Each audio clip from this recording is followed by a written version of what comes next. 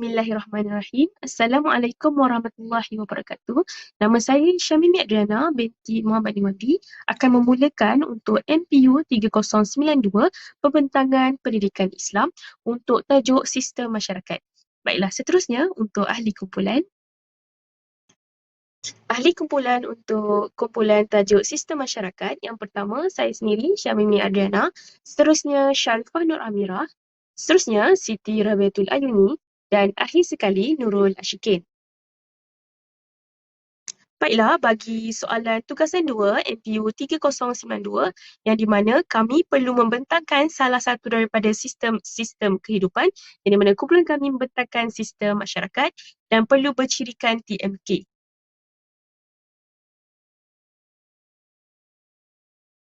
Baiklah, bagi isi kandungan pembentangan kami pada hari ini ialah yang pertama, definisi masyarakat.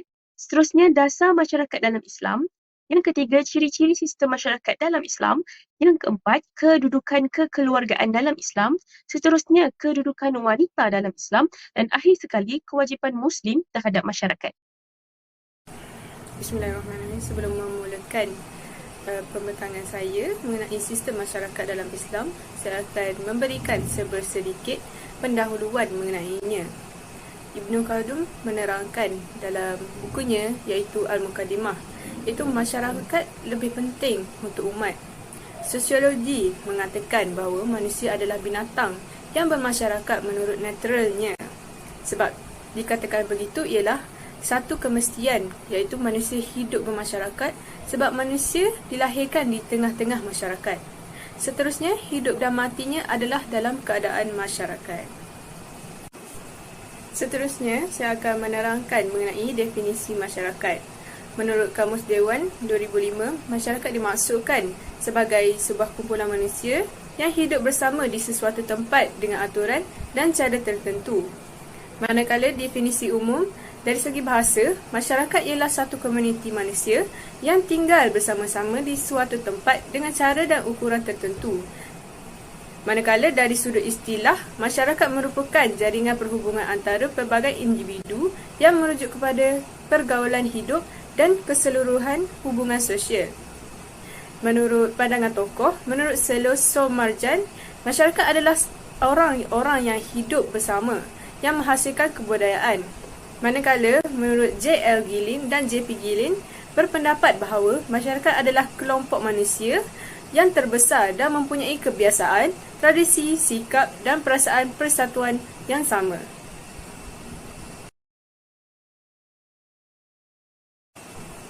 Seterusnya, dasar masyarakat Islam. Dasar masyarakat Islam ialah agama Islam itu tersendiri. Kita diperintahkan untuk menganutnya, mengetahui kedudukannya, mengetahui hubungannya dengan alam dan sebab ia dijadikan. Agama inilah yang mengarahkan pemikiran umat manusia, perbuatan tindak tanduknya untuk menjadikan dasar pegangannya dalam semua keadaan. Dengan kata lain, haruslah pembinaan masyarakat itu didasarkan kepada agama Islam, sehingga setiap individu berbuat sesuatu sesuai dengan ajaran Islam, baik dia sebagai individu maupun sebagai anggota masyarakat. Seterusnya, saya akan menerangkan kesan ajaran Islam kepada sistem masyarakat dalam Islam. Yang pertama, ia memperbaiki hubungan antara individu dan individu. Antara yang kita dapat lihat ialah terjalin ikatan keimanan antara masyarakat Islam. Seterusnya, terhapusnya perasaan kesukuan. Hal ini kerana Islam mencela kesukuan dan sifat asabiah antara masyarakat. Seterusnya, takwa kepada Allah adalah dasar kelebihan manusia. Ayat Al-Hujurat yang ke-13 mengatakan bahawa bangsa maupun suku diciptakan hanyalah sebagai alat pengenal antara satu sama lain. Yang ini, kelebihan manusia bukan bergantung kepada bangsa atau suku yang dianggotainya, tetapi ia diukur dengan amal soleh dan akhlak yang baik. Seterusnya, kita beralih kepada ciri-ciri masyarakat Islam. Antara ciri-ciri yang kita dapat lihat dalam masyarakat Islam adalah yang pertama adalah pemeliharaan norma-norma akhlak. Kemudian, masyarakat yang dibina atas akidah tauhid, diikuti dengan masyarakat yang dikukuhkan dengan persaudaraan atau nama lainnya adalah ukhuwah. Masyarakat yang mementingkan ilmu pengetahuan dan akhir sekali adalah masyarakat Islam adalah masyarakat yang bertoleransi. Baiklah, mari kita lihat ciri-ciri masyarakat Islam ini satu persatu. Seperti yang dinyatakan, ciri-ciri tadi yang pertama adalah pemeliharaan norma-norma akhlak. Akhlak ini memainkan kedudukan penting dalam Islam dan pengaruh ini besar dalam pembinaan masyarakat dan sistem masyarakat. Antara contoh-contoh norma akhlak yang kita dapat lihat dalam masyarakat Islam adalah mementingkan kebersihan. Perlakuan zina itu haram. Jika melakukan zina ni, kita akan ada terdapat hukuman dia lah. Kemudian menuduh orang berbuat zina pun akan mendapat hukuman. Seterusnya, kelancangan mulut seperti mengumpat dan mencela juga akan mendapat dosa dan hukuman. Tidak baiklah untuk melakukan perkara tersebut. Kemudian mengadakan saksi palsu. Dan akhir sekali adalah cara berpakaian. Antara norma-norma akhlak yang dari segi cara berpakaian adalah pakai pakaian yang sopan yang menutup aurat. Bukan itu saja, Islam ni dia ada ciri lain juga yang penting. Antara ciri lain yang penting dalam Islam ni adalah sifat kasih sayang. Tak kiralah kasih sayang ni terhadap keluarga, adik-beradik, terhadap haiwan dan sebagainya. Hal ini kerana Islam ni dia ada ketentuan khusus dalam memelihara ataupun mempertahankan kemungkaran Islam, juga menyarankan kasih sayang. Yang seperti yang diperkatakan dalam hadis, iaitu orang yang berkasih sayang itu mereka dikasihi oleh Allah. Kasihilah orang-orang yang ada di bumi, nescaya yang akan mengasihi kamu adalah orang-orang yang di langit. Ciri seterusnya adalah masyarakat yang dibina atas akidah tauhid. Allah mengutuskan para rasul untuk membebaskan manusia daripada syirik, iaitu menyembah Tuhan selain daripada Allah. Tauhid merupakan intipati utama dakwah para rasul, khususnya para rasul yang tergolong sebagai ulul azmi. Tauhid juga maksud orang-orang yang beriman meletakkan Allah dan Rasulullah SAW sebagai matlamat utama melebihi perkara lain. Seperti sifat Abu Bakar As-Siddiq kalau dipukul oleh kafir Quraisy tetapi masih bertanyakan tentang Rasulullah SAW apabila tersedar daripada pingsan. Ini menunjukkan kasih dan cintanya kepada Rasulullah melebihi dirinya sendiri. Masyarakat Islam juga dia adalah masyarakat yang teguh serta sanggup menggadaikan nyawa demi keyakinan terhadap Allah dan Rasul, seperti keluarga Yasir dan Sumayyah yang meninggal dunia di tangan musuh, serta keteguhan Bilal bin Rabah bila mempertahankan akidahnya walaupun disisa oleh Abu Jahal. Masyarakat Islam berteraskan akidah setelah dimodelkan oleh para sahabat baginda sallallahu alaihi wasallam. Masyarakat yang berteraskan akidah yang benar hanya akan menggunakan Al-Quran dan As-Sunnah sebagai panduan hidup. Contohnya macam kita sekarang, kita menggunakan Al-Quran dan As-Sunnah sebagai panduan hidup kita dalam menjalani kehidupan seharian. Okey, setelah kita lihat dari segi tauhid, manakala kita lihatkan pula dari segi ukhuwah, iaitu masyarakat yang diperkukuhkan dengan persaudaraan. Punca kekuatan Islam boleh tersebar ke pelosok dunia timur dan barat adalah kesatuan diri dan akidah. Allah Subhanahu Wa Taala menciptakan manusia daripada tubuh yang satu, iaitu Nabi Adam.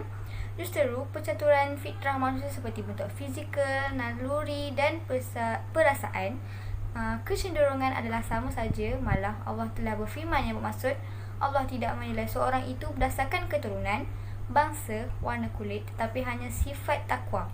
Justeru kebersamaan itulah yang mengikat manusia untuk tunduk kepada Allah Subhanahu Wa Taala sebagai pencipta dan Tuhan sekalian alam. Siapa yang beriman kepada Allah Subhanahu Wa Taala, maka ia telah disatukan dalam persaudaraan Islam. Malah baginda sallallahu alaihi wasallam pernah mengatakan bahawa orang-orang yang beriman itu ibarat satu tubuh. Jika salah satu anggotanya sakit, maka sakitlah seluruh tubuh. Tauladan dipetik daripada peristiwa hijrah yang telah menyatukan kaum Muhajirin dan Ansar di Madinah. Umat Islam di zaman Rasulullah SAW bersatu mempertahankan akidah, berkongsi pemilikan harta bahkan jiwa demi memuliakan anjuran ukhuwah Islam. Masyarakat yang mementingkan ilmu juga merupakan salah satu ciri masyarakat Islam. Ilmu adalah perkara pertama yang diajarkan oleh Allah kepada Nabi Adam dalam surah Al-Baqarah, yang bermaksud dan dia mengajarkan kepada Adam nama-nama benda seluruhnya. Ini membuktikan Allah telah menaik taraf manusia berbanding dengan makhluk lain. Daripada ayat berikutnya, Nabi Adam telah mengajarkan pula kepada malaikat. Ini membuktikan Allah telah menaikkan taraf manusia berbanding dengan para makhluk lain, termasuk malaikat, hanya dengan akal fikiran, yakni ilmu pengetahuan. Bahkan ketika Rasulullah SAW diangkat menjadi Nabi, wahyu pertama yang diberikan kepada baginda adalah Iqra, iaitu membaca. Malaikat Jibril sendiri yang menjadi guru kepada Rasulullah SAW. Manusia secara umumnya menjadi kuat apabila menguasai ilmu pengetahuan. Tamadun-tamadun awal manusia iaitu Yunani, Rom, Parsi, China dan India masyhur kerana penguasaan ilmu pengetahuan meliputi falsafah, teknologi dan kemahiran. Contoh-contoh keruntuhan Islam akibat tidak menguasai ilmu pengetahuan boleh dilihat pada masa kini. Umat Islam lebih banyak menjadi pengguna daripada pengeluar, lebih ramai menjadi hamba daripada tuan, lebih rela menjadi pengikut dan pelaksana daripada ketua dan pengusaha. Jika keadaan ini makin berterusan, adalah mustahil masyarakat Islam boleh bangkit menegakkan kemasyhuran tamadun Islam sebelumnya. Akhir sekali adalah masyarakat Islam adalah masyarakat yang bertoleransi. Salah satu ciri Islam adalah memudahkan umatnya. Sabda Rasulullah bermaksud, sesungguhnya agama itu mudah. Contohnya, Islam membenarkan perkahwinan di antara lelaki dan wanita itu dengan syarat-syarat yang mudah. Kemudian, Islam juga memudahkan umatnya yang bermusafir, bahkan seluruh hukum Islam yang tidak berkait dengan akidah boleh disesuaikan mengikut keadaan zaman dan persekitaran. Macam contohnya bila kita pergi nak jalan jauh, tak sempat nak solat Zuhur dan Asar, kita boleh jamak. Itulah antara kemudahan-kemudahan Islam. Betul lah bahawa masyarakat Islam ni adalah masyarakat yang bertoleransi. Setelah kita mengetahui ciri-ciri masyarakat Islam, seterusnya kita pergi pula kepada kedudukan kekeluargaan dalam Islam. Pembentukan keluarga bermula dengan sebuah perkahwinan. Perkahwinan berlaku dengan termeterainya akad antara seorang lelaki dan seorang perempuan yang dijalankan oleh seorang wakil kepada perempuan dengan bersaksikan dua saksi yang adil. Perkahwinan ini dia adalah fitrah manusia. Allah berfirman, dan Allah menjadikan manusia untuk kamu dari kamu pasangan-pasangan dan menjadikan bagi kamu daripada pasangan-pasangan itu anak-anak dan cucu-cucu, dan dia menggunakan rezeki yang baik. Antara matlamat-matlamat perkahwinan adalah yang pertama adalah memberikan ketenangan jiwa, yang kedua adalah menjaga seseorang atau menjaga wanita tua, orang yang anak yatim, kemudian mendapatkan zuriat, dan yang keempat adalah untuk bersama-sama mendapatkan redha Tuhan.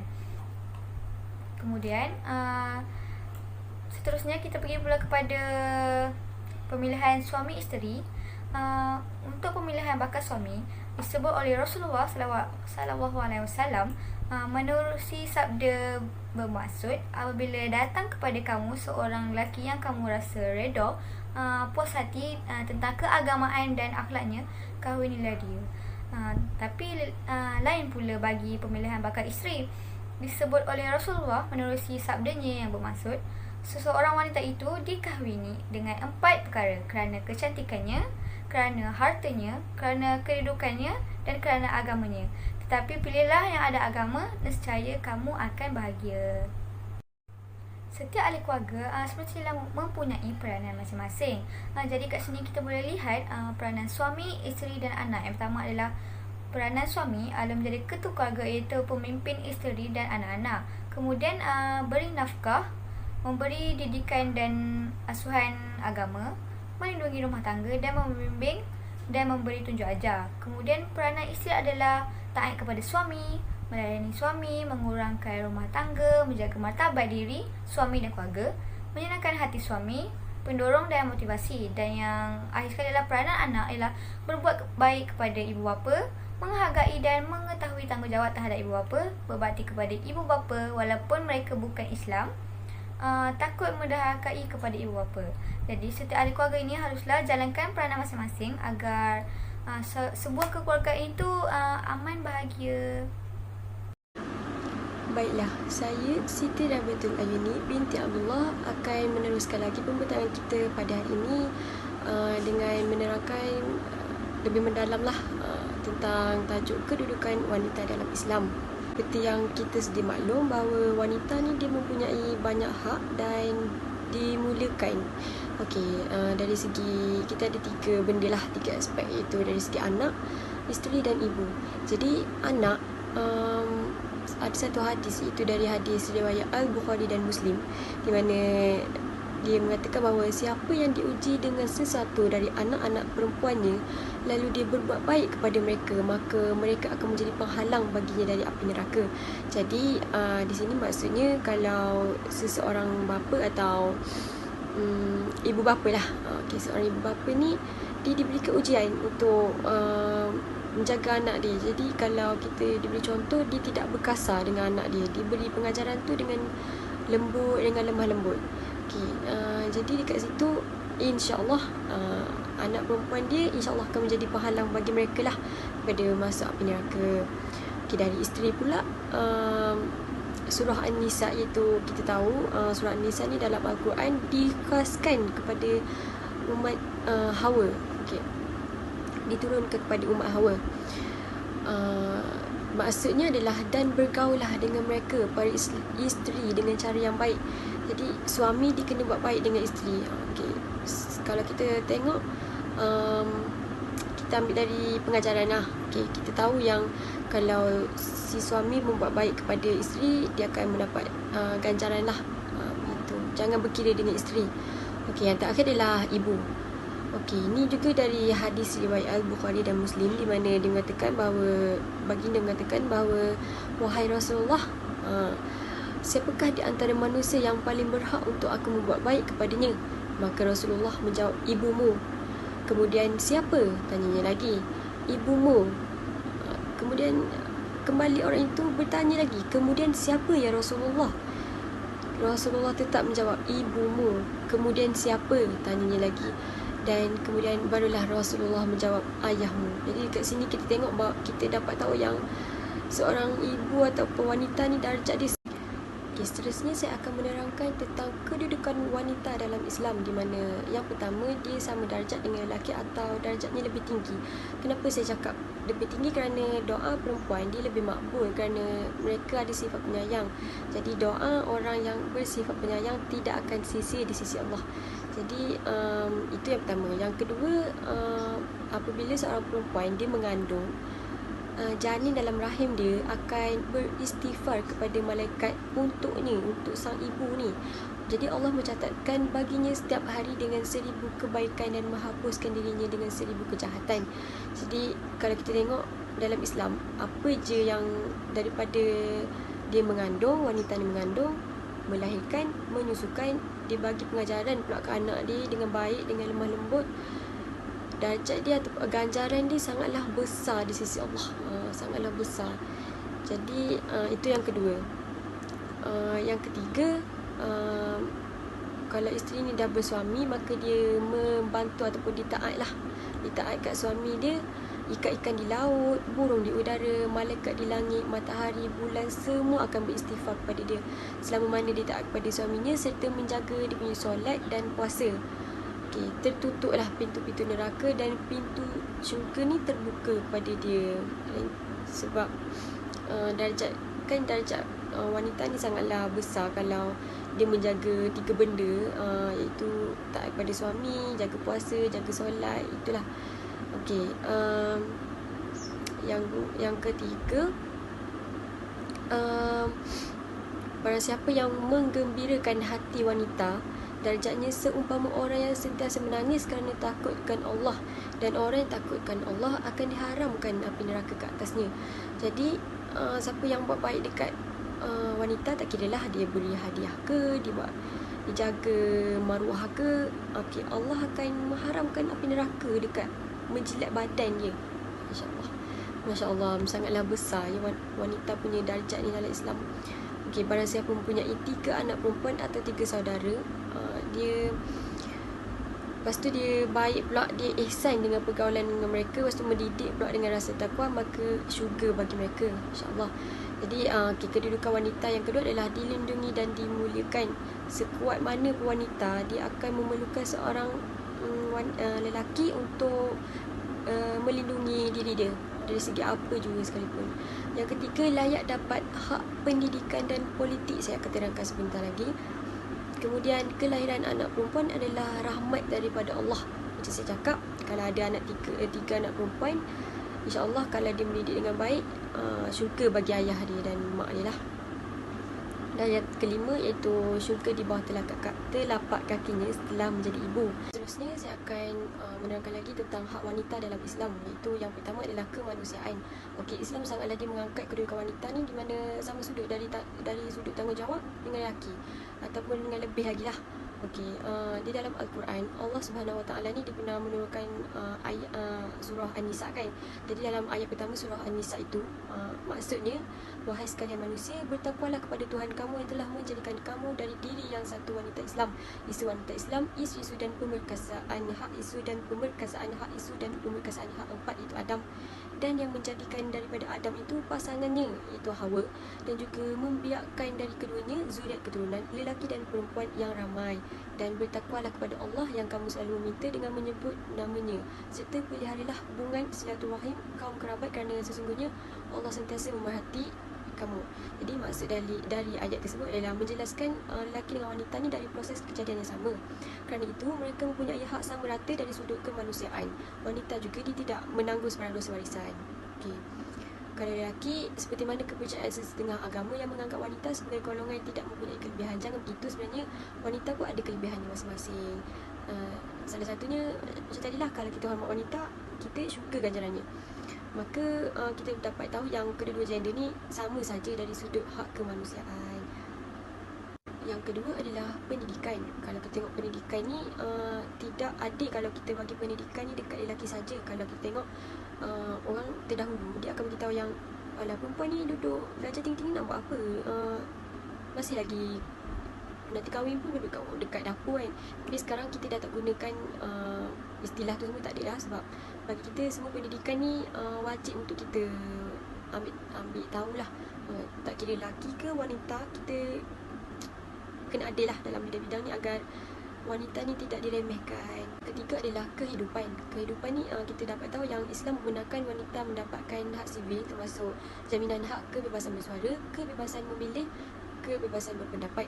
Okey, yang seterusnya di kebebasan untuk mempunyai hak memilih agama. Kalau dipilih agama Islam, maka kebebasannya adalah tertakluk kepada ajaran agama tersebut.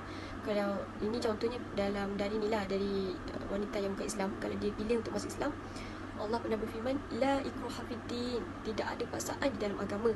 Okey, tapi kalau ikutkan, perlulah untuk kita masuk agama Islam, kita perlu bersyukurlah sebab kita dilahirkan dari Islam, dalam agama Islam.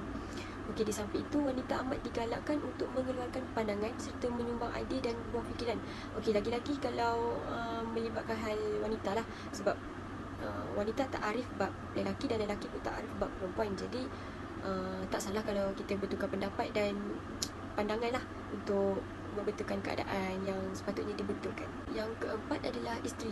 Kalau isteri ni Allah Subhanahu Wa Taala pernah berfirman, wa min ayatihi an khalaqalakum min anfusikum azwajan litaskunu ilaiha wa ja'ala bainakum maudatan wa rahmah.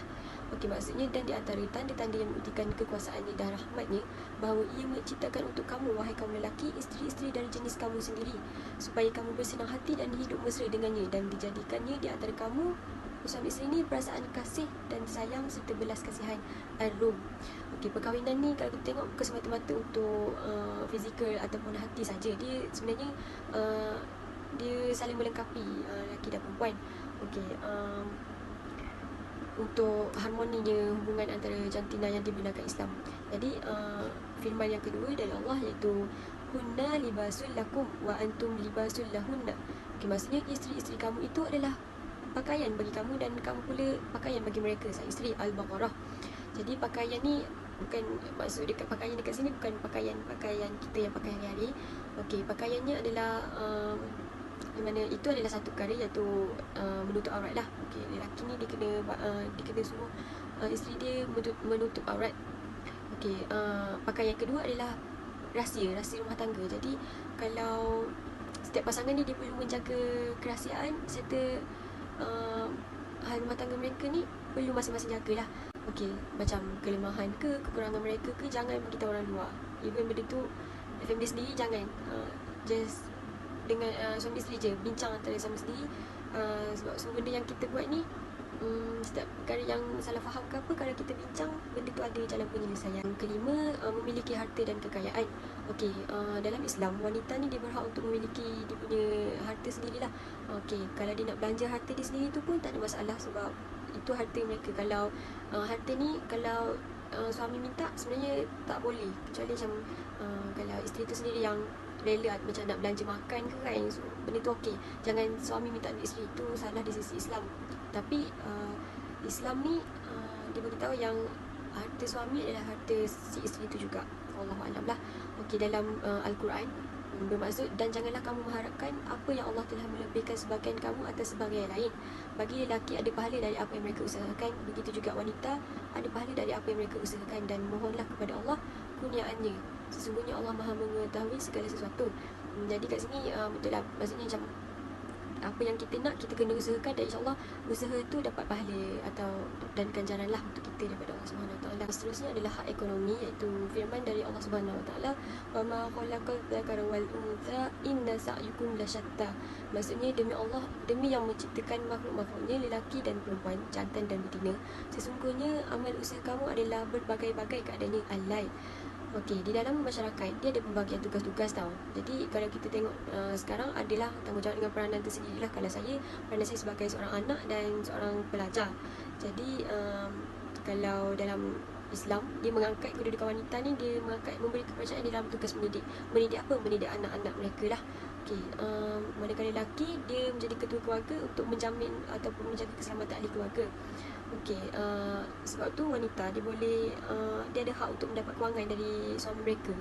Okey, kalau nafkah lah kan, orang kata nafkah zahir dan batin. Kalau macam isteri tu dah bekerja lah, si suami ni tetap perlu memberikan nafkah tu kepada si isteri lah. Okey, firman yang kedua, ar-rijalu qawwamuna 'alan nisa'i bima faddalallah ba'dhum 'ala ba'din wa bima anfaqu min amwalihim. Okey, bermaksud kaum lelaki itu adalah pemimpin dan pengawal yang bertanggungjawab terhadap kaum perempuan, oleh kerana Allah telah melebihkan orang-orang lelaki dengan beberapa keistimewaan atas orang-orang perempuan, dan juga kerana orang-orang lelaki telah membelanjakan nafkah sebahagian dari harta mereka. Jadi macam saya katalah, perempuan ni dia kuat macam mana sekalipun, dia tetap nak ketua atau pemimpin untuk memimpin mereka lah, dari segi agama apa semualah. Seterusnya adalah politik. Okey, Islam ni dia memberi hak kepada wanita untuk berpolitik, tapi bukan untuk memimpin. Okey, politik dari segi apa? Dari segi memilih pemimpin. Okey, mengundi lah kiranya.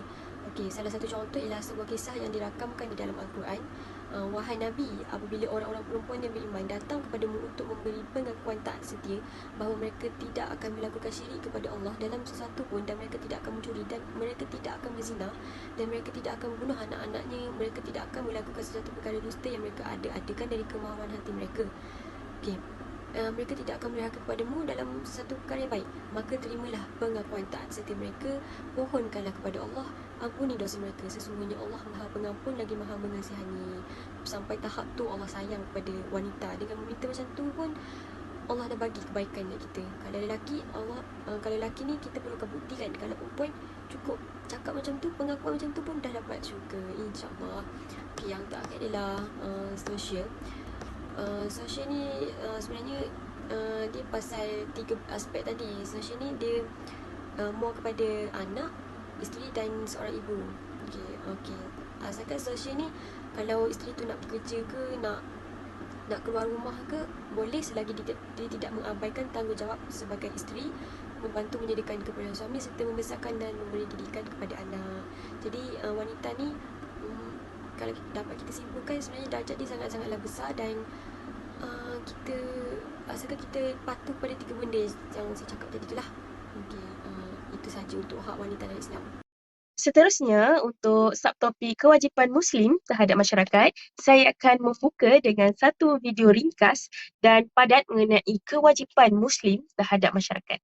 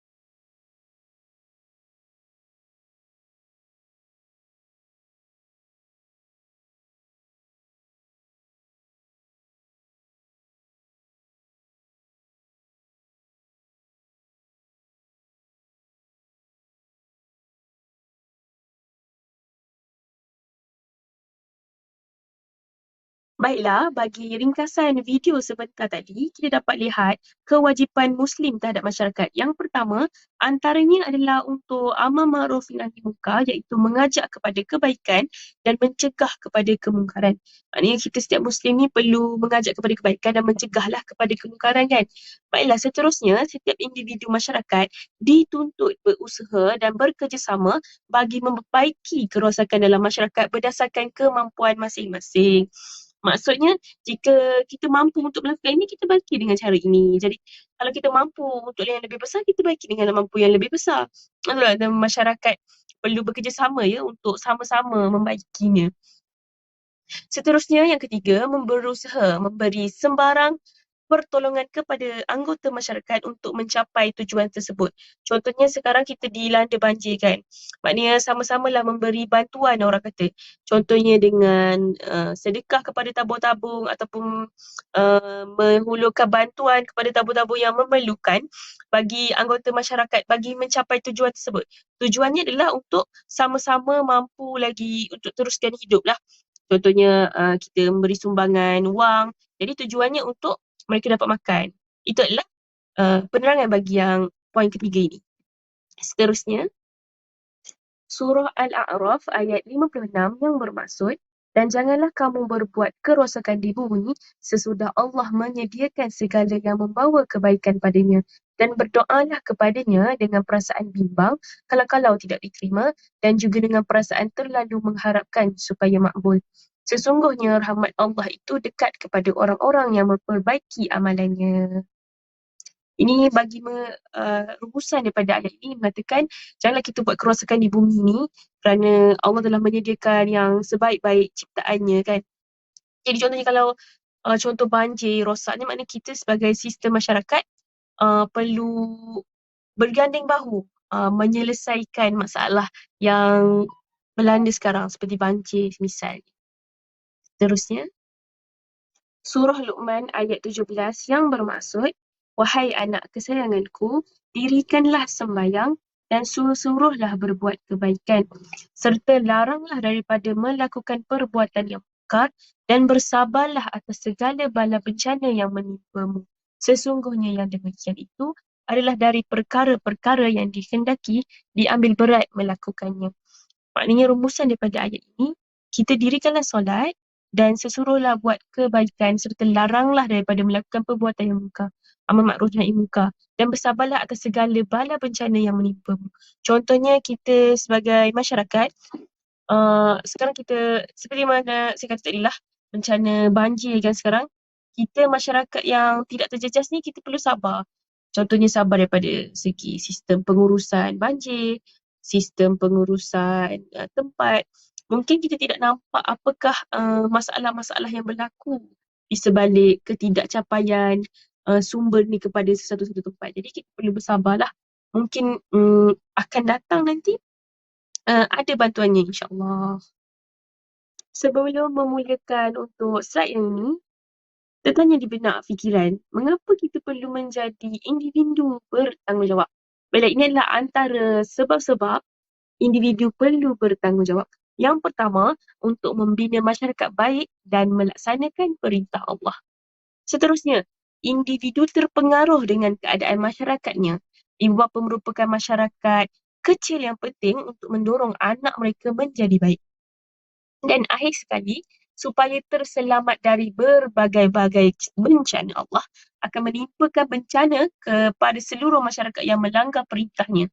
Satu sunnah yang cukup memberi kesan agar setiap individu terdorong untuk memperbaiki masyarakat. Maknanya kalau kita tidak, orang kata apa? Betul. Contohnya, masyarakat yang tidak mementingkan kebersihan longkang di kawasan perumahan mereka.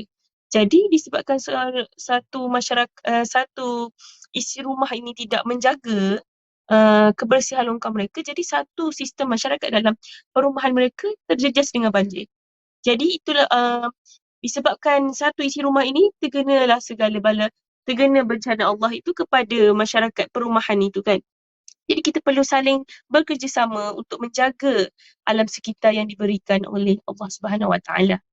Kerana Bagi menjagakan ini, individu seperti ibu bapa lah menjadi suri teladan yang paling penting untuk membentuk masyarakat yang baik dan seterusnya dapat memberi kesan yang optimum kepada masyarakat itu sendiri. Itu sahaja untuk pembentangan sistem masyarakat daripada kumpulan kami. Semoga dapat memberi ilmu yang baru kepada yang mendengarnya. Sekian, terima kasih.